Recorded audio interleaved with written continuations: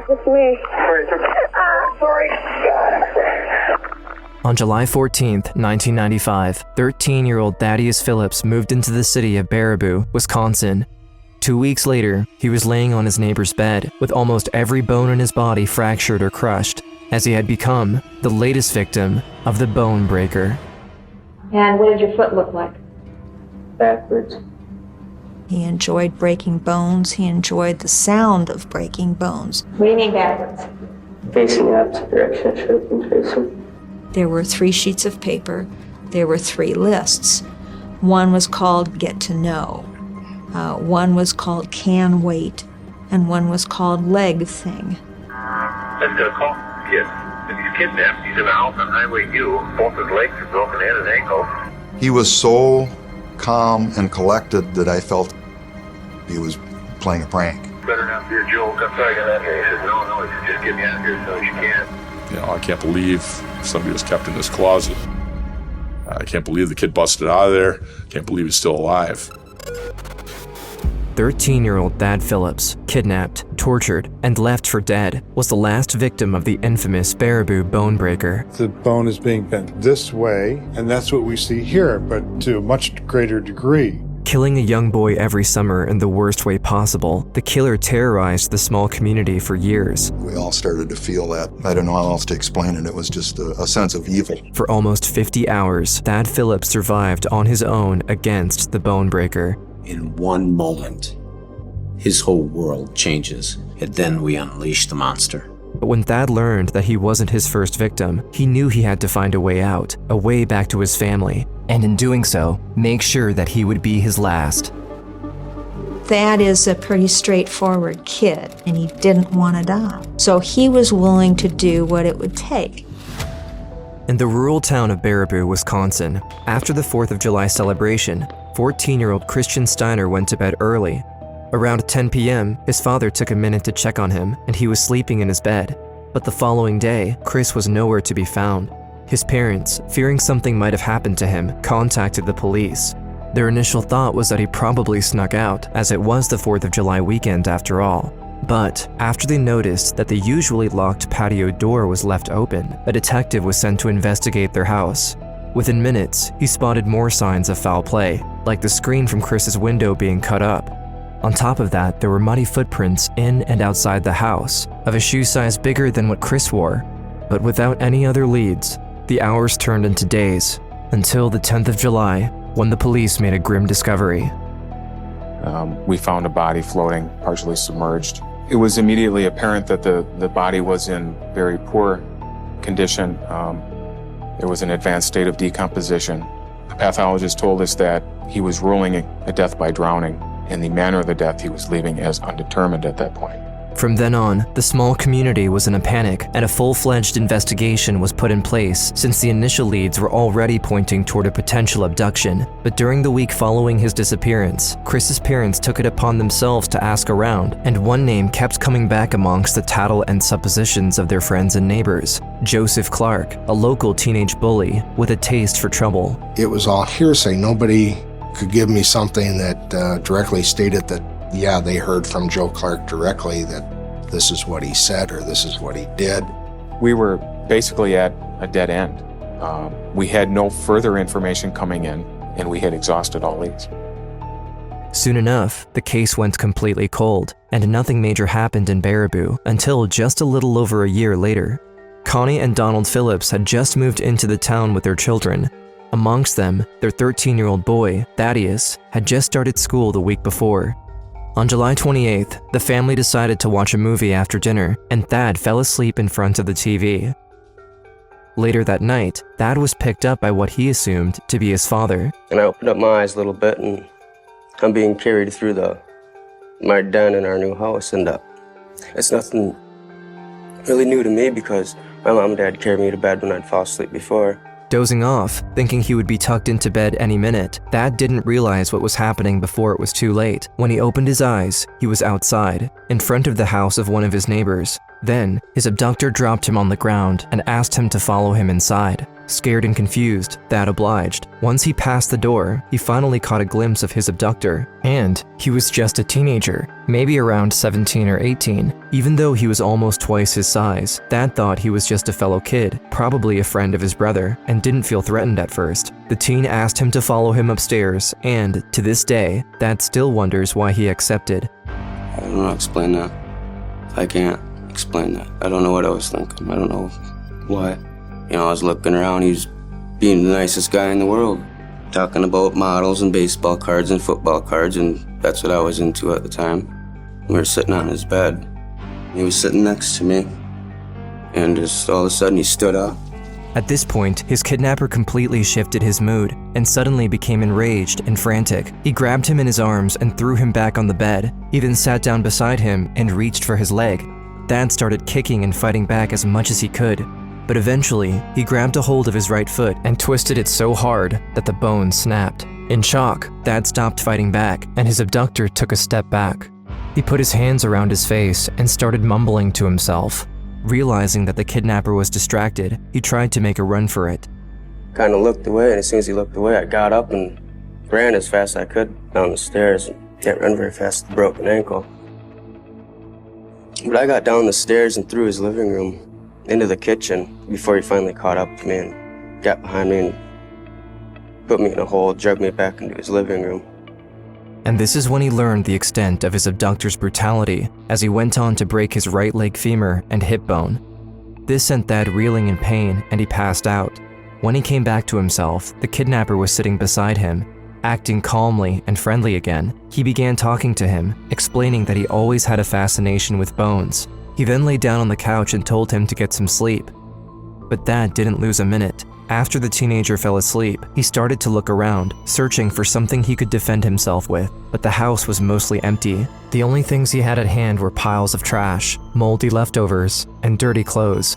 So he tried to get off the couch, but this is when the pain really kicked in, sending his entire body into tremors. And that's how he spent the remainder of the night, paralyzed by pain and fear, with his eyes wide open, waiting. A little bit of me maybe thought that maybe he was going to let me go that next morning, but that was never his intention. I was pretty much sure there was people like that in the world. I just didn't think they'd live half a mile away from me. The next morning, when he asked him if he could call his parents, his abductor immediately told him yes. When he handed him the phone, he frantically started to dial his parents' number. He then pulled it next to his ear, waiting breathlessly for the line to pick up. But when he heard the teenager giggle in the corner of the room, his high hope fell crashing down. He cut the phone cord before handing it to Thad. He was resentful, but knew better than to make him angry. So instead, he tried to befriend him, to buy himself some time and fend off the next attack. That's exactly what I was trying to do, is to talk to him, maybe kind of be friends with him so he wouldn't want to hurt me no more. I was just hoping to hear a knock on the door, and maybe my dad at the door, but that never happened. Not his fault. How was he supposed to know? And his strategy worked for a while, but after they spent around 2 hours in the living room watching TV, the kidnapper turned around and riveted his eyes on Thad. He recognized that stare. It was the same unprovoked, enraged look he had in his eyes the day prior. The teen then picked him up and carried him upstairs, where he repeated yesterday's ordeal, but this time with his left leg. When he heard the bone snap, a rush of adrenaline filled Thad's body, during which he was able to lift his upper body up to his attacker's level. I just punched him in the back, and he turned around and put a pillow over my face and told me that if I didn't stop fighting, he's gonna break my back or my neck. I was trying to slow it down. Everything was just happening so fast. I didn't want a broken neck or broken back. I just basically did what he wanted me to do. I just wanted to get out of that house and back to mine. After the attack, his abductor started to act differently. Up to that point, he would either be friendly or completely out of his mind with anger, but he had a third side to his personality, one that he hadn't shown before. He told Thad that as much as he liked to break bones, he loved to try and fix them even more. So he gathered a bunch of elastic bandages he had laying around, and then pulled out a drawer filled to the brim with brand new white socks. There was some childlike almost fascination with making him right, so then he could just, again, continue to do torture. He had that, forgive the term, captive audience for as long as he wanted. The fun is in making him dysfunctional again. He'd wrap those ace bandages around my legs, and he had these leg braces from hospital or something. I don't know. He's putting those on me, and he had socks, and he'd put layers and layers of socks on my feet, and I had to be just perfect, every single sock. As the day went on, alternating between torture and mending sessions, his abductor eventually told him that he would be going out for the evening. When he left to get ready, Thad noticed something strange. Down the stairs, maybe in the kitchen, his kidnapper was talking to someone, and he kept listening for any signs pointing towards someone else being in the house. But he heard nothing, so Thad deduced that there was probably a phone somewhere. His mind was now set. He had to find a way to access that phone, no matter how. But somehow, his abductor knew something was up and did his worst to dissuade Thad from even trying to escape. Before he left Saturday night, he made sure that he busted me up pretty good so that I wouldn't try to leave. I thought if I didn't get out of here yet, I was gonna die. But I knew that wasn't gonna happen. I was gonna get out of there.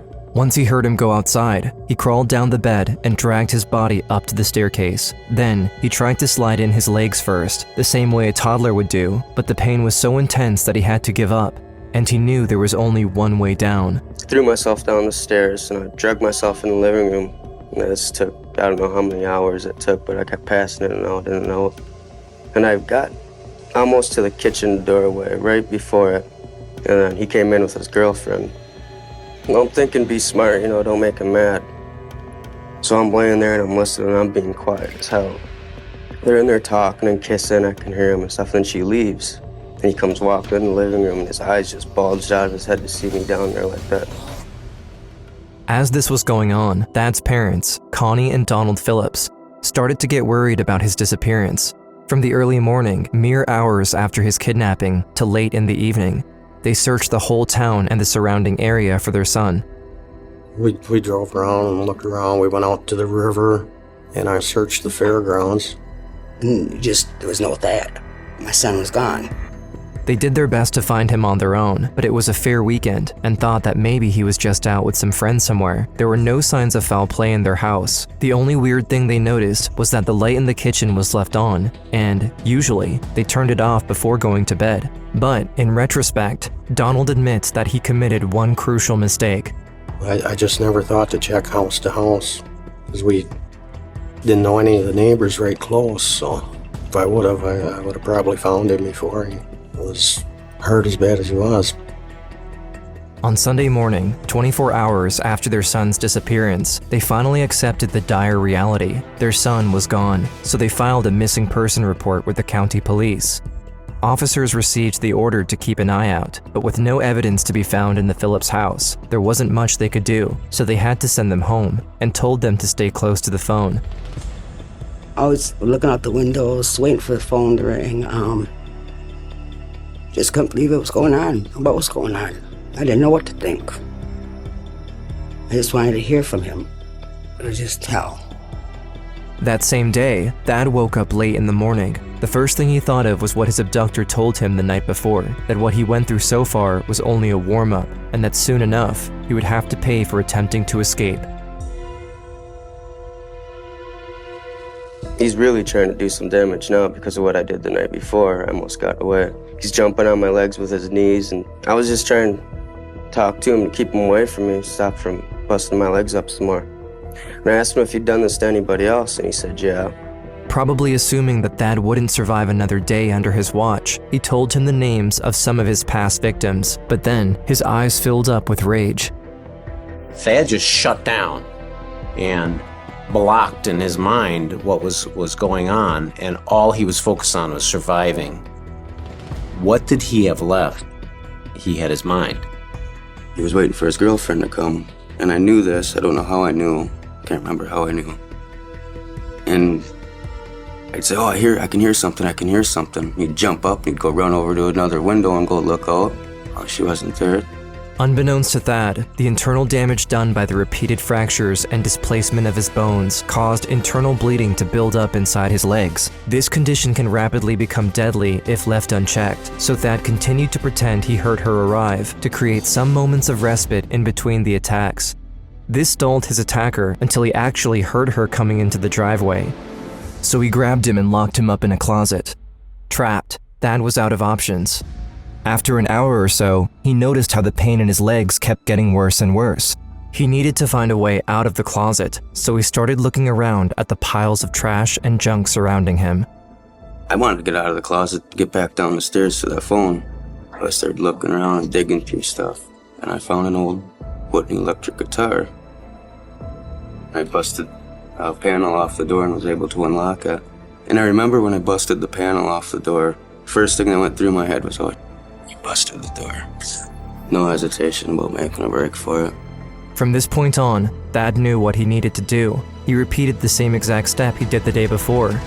But this time, with absolutely no hesitation, even when he had to face the staircase again, he went all in, knowing this was probably his last chance at survival. Pulled myself out, threw myself down the stairs again, moved myself a foot, pass out, moved myself a foot, pass out. Finally, I'm into the kitchen.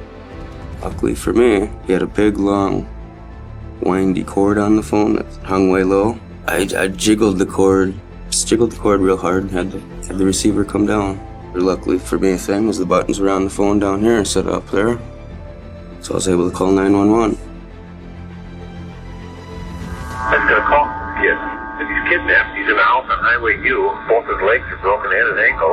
Yeah. Better not be a joke. I'm sorry I got out here. He said, no, just get me out of here as soon as you can. Minutes later, the police arrived at the house. Okay, the officers are there. Hold on. Stay on with me though, okay? Police! Dad? We're here. Wait, anybody else here with you? Nope, just me. You know, I can't believe somebody was kept in this closet. I can't believe the kid busted out of there. Can't believe he's still alive.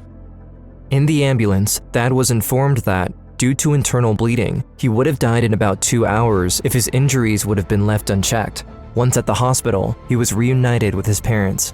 And the first thing Thad told them was that he wasn't the first of his victims. I couldn't remember, but I knew I think I remembered it was Chris and it started with an S. So me and my dad were flipping through the phone book and he's reading off all the S last names and he said Steiner and I said, yep, that's it, it's the one. Later that night, police arrested a suspect in a bar, 18-year-old Joseph Clark, the same person they suspected to be involved in the murder of Chris Steiner about a year earlier. Following this event, his case was reopened and his body was exhumed so the police could produce x-rays of his legs.